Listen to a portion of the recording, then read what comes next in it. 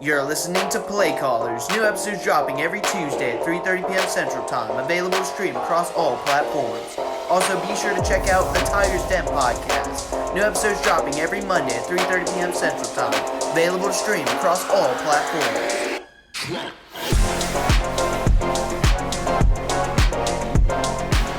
Hello and welcome to Playcallers episode 14. First off, I just want to say a huge thank you from me, Max, and Reese to all of the coaches that have been on so far and let us be part of something this special. With that being said, we are joined by the main man, the head coach for your Auburn Tigers, Coach Keith Etheredge. Coach, how was your weekend and how are you doing on this Sunday afternoon?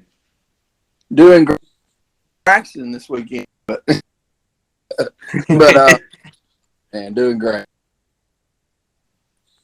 Yes, sir. And I just want to, intro how much of a GOAT Coach Etheredge is. You're one of the winningest high school coaches this state has ever seen, with a 75% win percentage during your time at various locations such as Leeds and Oxford. You have also won a total of 8 championships.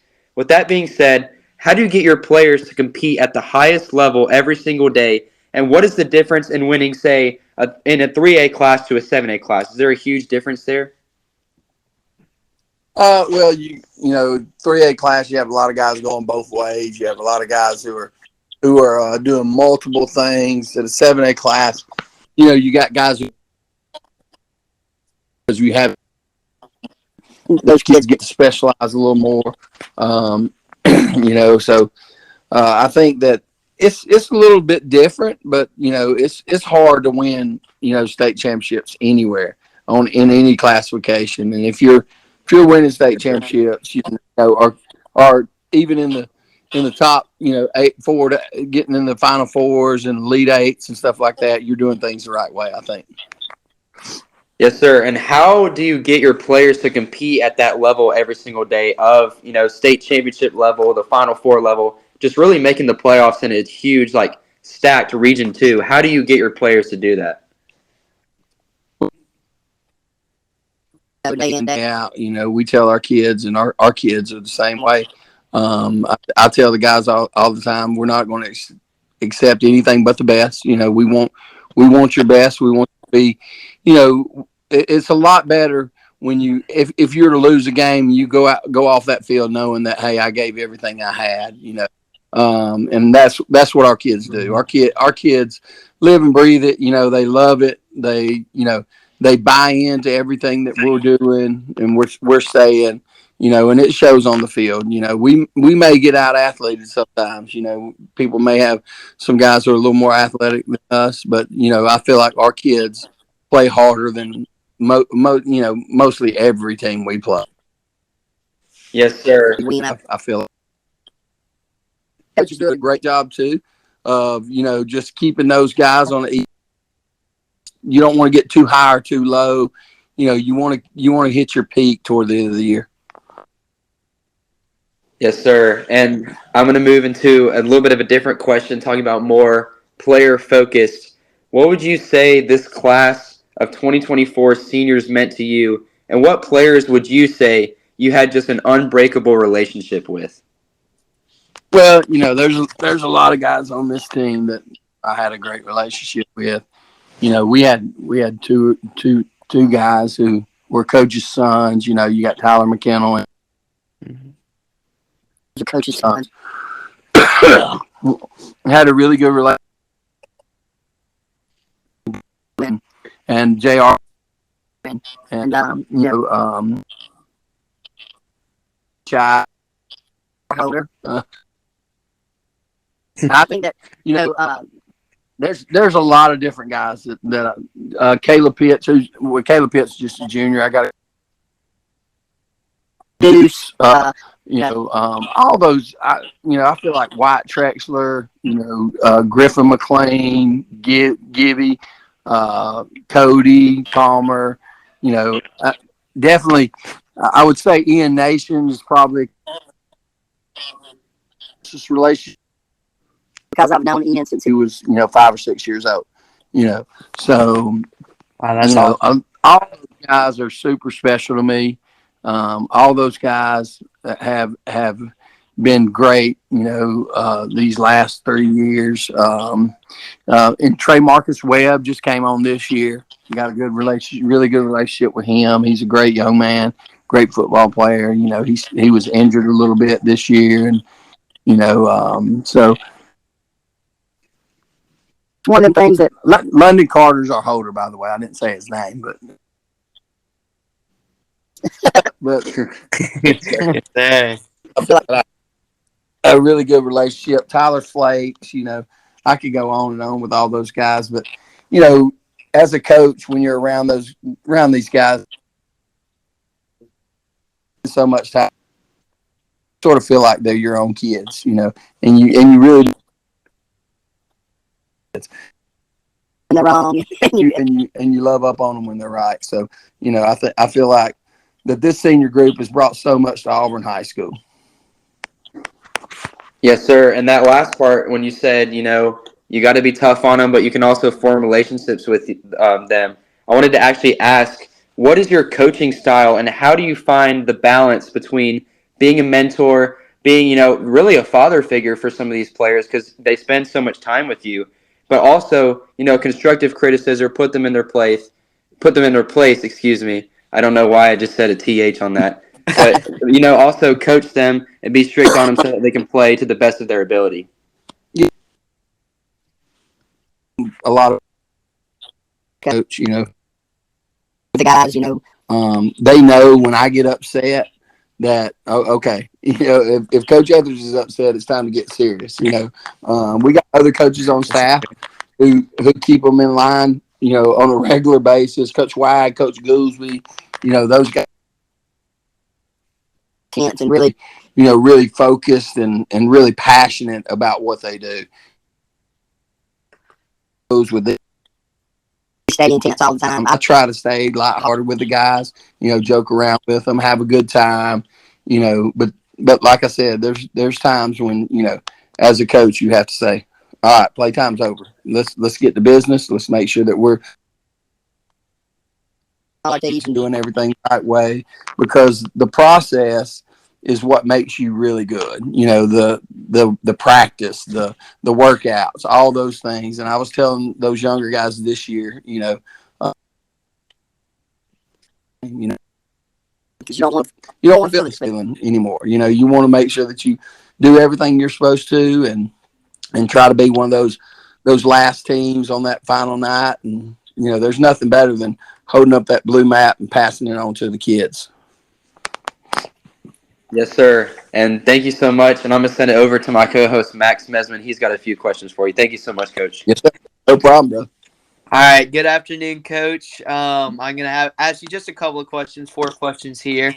But my first one, I want to look back on this, team's whole entire season. Y'all finished in the second round of the playoffs, lost to Central, but looking back on the entire season, and we touched on this a little bit with Coach Goolsby and Coach Bird these last 2 weeks. This is a team that fought through a lot of adversity. I mean, you start off with the early on in the season, tough loss at home against Enterprise, but obviously some injuries in that game, and then some injuries following that. Obviously, Wyatt Trexler, Jackson Kilgore, and some other names as well. But this was a team that was able to battle back and, be competitive against one of the top teams in the state and Central, and then actually the top team according to 7A. But and then other teams, y'all did great against. And so this is a team that I feel like, from watching on the sidelines myself when doing Blue Collar Mentality, and then also watching on the broadcast from the studio, y'all were a team that was just, fighting week in, week out. You touched on it a little bit when you were talking to Taylor, but I wanted to ask you personally, from the source, what did you have to say about their performance from these guys, and what was your main message to them throughout the season going into these tough games? Well, you have, we talked about building relationships with guys, and you have relationships with guys like, I'll give you an example. Pete, he had a foot injury late in the summer, early in the season. He didn't get to play the first couple games. Did a phenomenal job at corner. And then when Pete came back, he moved to outside linebacker, strong safety. Those guys did a good job of just gelling together. And I think this team as a whole, uh, unselfish and being, just about the team, and it's about we. It's not about me. That's when you start struggling. And you start worrying about yourself. You start struggling, and I think that our guys realize that. And we had a couple of injuries that really hurt us this year. Like you said, starting off, we had Pete out. Then we lose Wyatt Trexler, we lose Jackson Kilgore. Thank God Henry Allen stepped in and did an amazing job this year. Mm-hmm. Just a daggum phenomenal athlete. And you got guys like Max Hammer, Gibson Lothridge, all those guys. We you take a kid like Ian Nation. A kid who had 76 catches for over 1,000 yards, and he don't get to have that same success this year because we're not throwing the ball. Yes, sir. You go to more style offense with who was amazing this year as a senior, and then you also have Omar Matson, who's accounted for 70, who had a phenomenal sophomore year, who's already holding D1 offers. So it's tough, man, when you go through all that adversity, and it makes kids they bonded more, I think, as a group. When you go through that adversity, when you go through those tough times, I think it makes you bond. I tell people all the time, a lot of times you can learn more about the group that you have from a loss than you can from a win. And our kids did a great job. And when we dropped that game against Enterprise, of gritting their teeth, getting back in the battle, and we lost against Central, and then just beating some really good teams. We still, we came back, we beat Baker in the playoffs. We beat Dothan. We beat Opelika. We beat Prattville. We beat Hoover this year. We beat Ramsey, who's playing for the state championship next week. So, we've fought back and beat some really good football teams, and that's just a testament to these kids and their devotion to the program and devotion to each other. 100%. I was there for that. Me and Taylor were there recording the documentary for the Ramsey game, and I remember y'all were actually down in the first half of that game, and going into halftime. And yeah, we talked to Coach Smith coming out of the locker room, and he was like, "This team, they're gonna fight back." When talking to him at halftime, he said, "Y'all's mentality was come out here and try our hardest and leave it all out on the field and get the win." And that's exactly what y'all did. And then Dothan game, I was there in attendance as a fan, and then Opelika game also. And both those games also just really close, tough fought games that y'all were able to come out with a victory. So that was a real testament to this team's grit, like you said. But staying on the topic of this past season as a whole, what were some of your favorite moments with this team, whether it was in off-season preparation during the summer, throughout game week at practice, or during the actual games? Well, we had a great summer. We won the Sanford passing. I think total for our 3 games. We played probably 30. Sanford 7-on-7. We played second in the Troy 7-on-7. Lost in the championship game. Lost in the championship game. In the Auburn 7-on-7 to I think it was to Kelton, Georgia, who had 5 D1 guys out there. Yes, sir. And we had beat them earlier we beat them the first game to start the actual tournament, and then we had a great summer, in 7-on-7. Our defensive and offensive line had a great summer, and then I think some of the plays that stood out to me, of course, the Hoover game. I think that Omar that got us inside. Mm-hmm. From defense, he read a screen, goes back, gets a tip, catching the end zone in that game, and then made some really big plays. We just could not get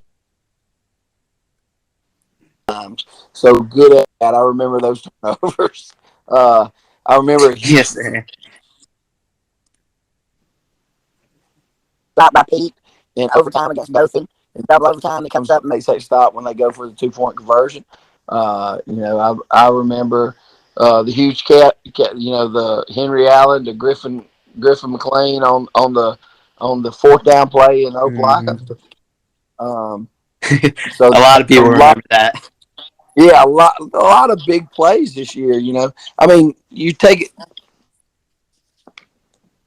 We're one play not making one of those plays, we could be sitting at home. Yes, sir. But our kids, 100%. they grit their teeth and they play hard. And I think that Tyler Flakes and Omar Mapson both had over 100 yards the first time we played Central. We just turned the ball over. Every game that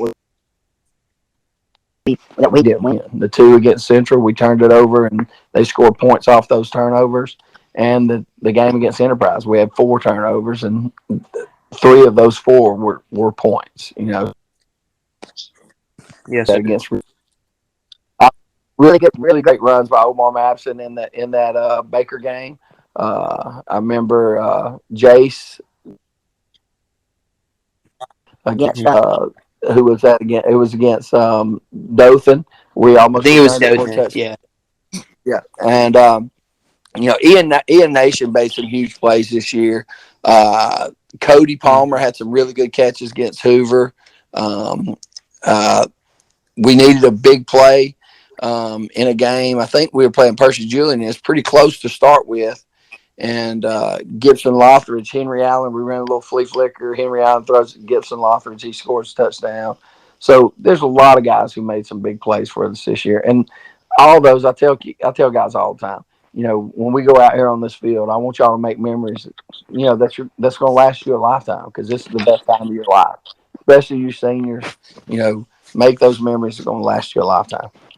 Yes, sir. I like that last point you actually made because I remember, seeing all the players, especially watching back like our documentary episodes and then, seeing the players' faces, at the end of games, when it was wins, like they were super excited, super happy. When it was a big play, y'all are always on the field jumping and like supporting whoever made the big play. And so, I mean, yeah, this was a team that really came together, I think, as a whole and, really was able to blossom. And obviously, tough loss, didn't end the exact way I wanted to, but, still was able to put out a great team.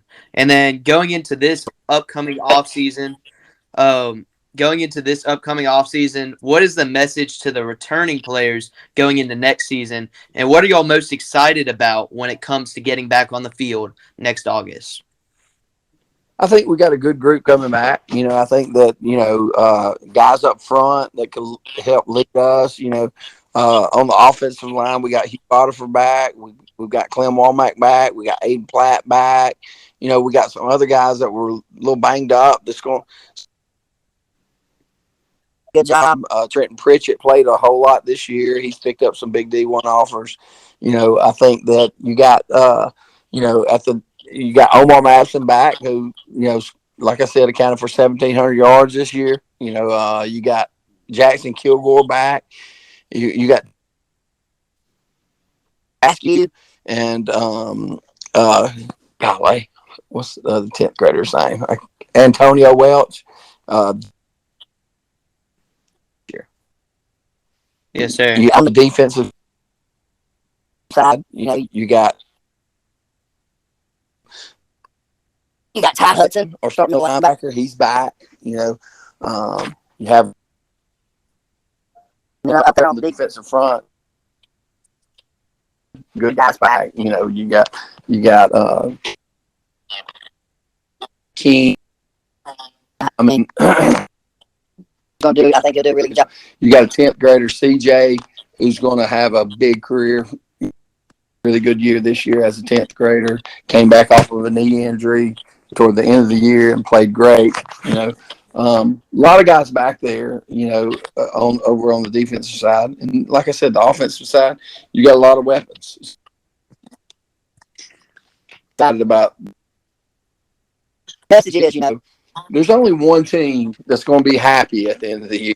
out of all the teams in Alabama High School Athletic Association, in one classification, every year there's only one team that's going to be happy at the end of the year. It doesn't matter if you lose, in the first round of the playoffs or lose in the state championship game. You're never happy unless you reach that goal of winning the state championship. On the whole, you really have to look back and say, was our whole body of work, was it something that we can look back and be proud of, that we overachieved, and I think that this group, they really were. Has lost in the state championship game a couple years ago. The quarterfinals this year, and got put out first year here. So, it's one of them things where, our region is really tough, and it changes next year because there's some alignment differences. So we were in the I think the second round we'll travel and we won't play somebody that's locked in the second round, or either somebody will come to us from either that north regions, the regions 3 and 4. So it's going to be a little bit different next year in the playoffs. Yes, sir. And my last question is, we have talked to basically everybody on this coaching staff throughout these first 15 Playcallers episodes. And by the way, all of you coaches that have been on here, including you, Coach Etheredge, thank y'all so much for coming on. Y'all have been a pleasure to speak with, truly. But one thing is in common in all the conversations that we've had with all these coaches, and that's how complimentary they are of you, Coach Etheredge, and the great culture that you have made for this team and brought to this team. So I want to ask, what do you have to say about your coaching staff and how they've helped you throughout this season, as well as your first few years here at Auburn High School? Well, I'll say this, they're not only a bunch of great football coaches, men, those guys are great fathers, great husbands, great, I will say that I'll say it like this. My son, played here his senior year, played his the other man coaching my son. That's what type we have coaching here at Auburn High School, and I will put them up against any coaching staff anywhere in the nation. I truly believe that all these coaches are unbelievable. Our offense coordinator, Will Wagner, second to none. Defensive coordinator, Scott Gooseby. It speaks for itself. Won the Bros Award for high school coaches. That's in the business. So, really blessed here at Auburn High School to have those guys. And those guys are the foundation of this program. They're in there in the trenches day in, day out, just pushing our kids and doing everything they can to make it better. So I'm just blessed to be part of this thing. Yeah, that's awesome. I mean, like I said, speaking to all these coaches, Coach Kitchens, Coach Goolsby, Coach Bird last week, and all the other coaches we've spoken to, I mean, y'all all are just, y'all seem to just be one of the most tight-knit groups and, coaching staffs in the country, for high schoolers and for, all levels of football, in my opinion. But thank you so much for your time, Coach Etheredge. And now I'm going to send you to my other co-host, Reese Kinder. Reese, go ahead and take it away. How's it going, Coach? Doing great, brother. How are you? I'm just gonna get you started with 2 quick questions and send it back over to Taylor. Right. So,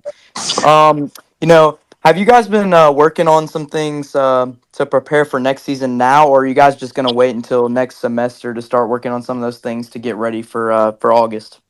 No, we started. We cleaned some things, and we've already been working out. We worked out 4. So up, man. You can't wait. Right now, I tell our guys right now, we got to get faster. We got to get bigger. We got to get strong. We got to do the little things right. Detail, and for that, we've got to work. We got to do everything we can to make sure that when we line up, that guy us has not worked as hard as we have. We got to outwork everybody. Yeah. And then obviously after the tough loss to Central, you guys a lot of heartbreak there after that loss. You guys fought hard in that last game. And what are some things you want to do differently as a coach to get ready for next season and possibly make a run for state? Well, we just football in those kind of games. Usually the team with the least amount of penalties, least amount, in a game like that usually wins. And both times we played, we turned the ball over. They got points off of it. Yeah. They're a very athletic team. They're tremendously talented. So against those top teams, you got to make sure that you have that attention to detail. Don't turn the ball over. And we're doing little things right now to work on that type of thing. And we're just and develop that culture of you got to expect to win those games. And feel like when we go to those games, there may be doubt in some of our kids' heads because but you make up for the athleticism when you. I tell kids all the time, about the of the game is the physical parts. Yeah, you got to have that, but you play with your heart and you play with your head. You play smart. You can win a lot of football games and be in a lot of football games and give yourself a chance down the stretch. So yeah, we've got to get better at those type of things and just just take it one game at a time. Right now I tell our guys, take it one workout at a time, one day at a time. We got to get 1% better today than we were yesterday, and just work on doing that every day. Yeah. Thanks for your time, Coach. Thank you, brother. All right, I'm gonna wrap it up here with two, shorter questions more about the city of Auburn and what it means to you. So, with that being said, what does the city of Auburn mean to you with your third year just wrapping up? It's been fantastic. I've been now because I came in a little early to get ready. My first year, and just the leadership in this city. To our superintendent, Dr. Kristen Herron, to Dr. Pignato, our principal, athletic director, to all these coaches that are on staff and all the other coaches in the other sports. The leadership in the city of Auburn, in the school system, has been amazing. The support from the parents, from the city has been unbelievable. I've coached a lot of places, but we have came here. We have fell in love with Auburn. My whole family. My son obviously plays at Auburn University. My daughter's on the basketball team. And my wife teaches 6th grade math. So we are really. It's been a fabulous place to live, and and I can retire at 25. But we love Auburn so much. I'm hoping I can go 30. Yes, that's awesome. And then, is there anything that you would like to say to the students, faculty, or the city of Auburn about this past season and their support? Yes, I'd like to say thank you to the whole group. The student section was unbelievable this year. We're going to get together and do some more things. It's going to make it even better next year. We're going to get those guys over there and get them. Maybe get some guys painted up, do some stuff like that. Get it rocking up the duck. Yes, sir. And, I've got some good teams coming in. We're working on our schedule right now. We're trying to play maybe even some national brand teams. You never know. But just to get our kids playing at the highest level, you got to play the highest competition. I feel that way. And just kudos to our students. The faculty at Auburn High School has been unbelievable with the support they have had for the football. Auburn High School, Coach Norton, Dr. Pignato has been amazing to work for, and they're always there to help whenever we need anything. Our superintendent, Kristen Herron, like I said, she's the best in the business, and just blessed to have her and all those people at central office, from Dr. Lowe to Dr. Vernice, and all those people that are up there, doing the job that makes us able to go out and compete and able to get those in the unbelievable stadium and things like that, and really our mayor Ron Anders and all those folks, they do amazing. Ron, you see, and I'm gonna say thank you to one more group, and that's our booster club. Joe Donaldson, Joe Bodiford, all work tirelessly to really have all the great things that they have to at the highest level. And guys like y'all, we're putting these kind of things together. And, just highlighting our guys, because it's big for our guys to get that, because every little bit helps, and when y'all are there and supporting these guys and putting out their highlights and things like that, they absolutely love it. Yes, sir. Thank you. It's been a pleasure to work with y'all this season, and that's going to do it for Playcallers episode 14. And thank you so much for listening this week. Coach, we send our gratitude to you and your amazing coaching staff and wish you all the best of luck during this offseason and for next season. Have a blessed week, and thank you for listening. Thank you, Coach, so much. Thank you, Coach. Yeah, thanks, Coach. That was awesome. Y'all next year, right? All right. Yeah. Yes, sir. Yes, I'm sir. excited. I'm excited to see what happens. Thanks for listening to this week's edition of Play Callers. Be sure to check out our episodes dropping every Tuesday at 3:30 p.m. Central. Also, be sure to check out our other podcast, The Tiger's Den, where we dive into the world of sports. Be sure to check out those episodes coming out every Monday at 3:30 p.m. Central. Thanks for listening.